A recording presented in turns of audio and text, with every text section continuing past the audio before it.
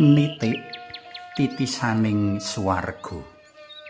Panglimbang 5 menit dina Kemis Kliwon tanggal 13 November tahun 2020. Kapethik saka Injil Lukas bab 17 ayat 20 tekan ayat 20. Amrih ora kelangan barang-barang darbeke, lumrah para ibu padha menehi tandha arupa titik nganggo cet ana cangkir, gelas, piring utawa sendok darbeke. Ana sing werna ireng, biru, abang, kuning lan sak piturute. Iki banget wigati rikala barang-barang mau asring disilih utawa kasilih-silihake. Kanthi tandha titik mau, ana ngendi wae barang mau ilang bisa ditelusur lan bisa dikenali. Marang wong-wong Parisi kang padha nyuwun pirsa bab tumekane kratoning swarga lan uga marang para murid dalem, Gusti Yesus paring wangsulan menawa kratoning swarga wis rawuh kepara ana ing satengah-tengahing wong-wong mau. Panjenengane nuding marang diri pribadine piyambak kang satemene mujudake kapenuhaning kratoning swarga. Karsa dalem Allah yang Rama maujud kaleksanan ana pribadi lan karya dalem Gusti Yesus. Katitik saka asmane jeneng Yesus utawa Yehosua tegese Allah kang nyelametake. Kaya kaslametan dalem Allah marang umat manungsa dumadi ing prastawa sangsara lan seda dalem jalaran tinampik tinulak dening wong-wong Yahudi. Nanging kawungokake saka seda sarta mikrat menyang swarga ing dina katelu.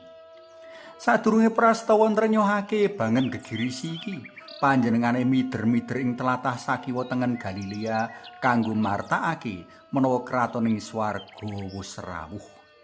Dene nitik saka warta malaikat Gabriel dek prastawa tumurune warta kabungan biyen. Yesus kang uga sinebut minangka Immanuel ngemu teges Allah mbarengi kita.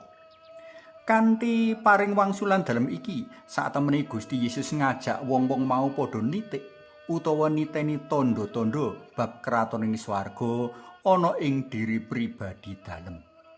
Kratoning swarga ora rawuh jroning prastawa-prastawa kang ngedapi-dapi nggegerake utawa liwat prastawa alam kang gawe giris-miris lan kekes.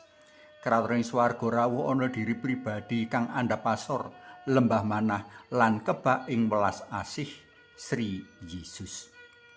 Kratoning swarga rawuh ana diri pribadi kang marga gedene tresnane marang umat manungsa, ngrilakake jiwa lan raga alias berkurban kanggo kaslametane kang ditresnani.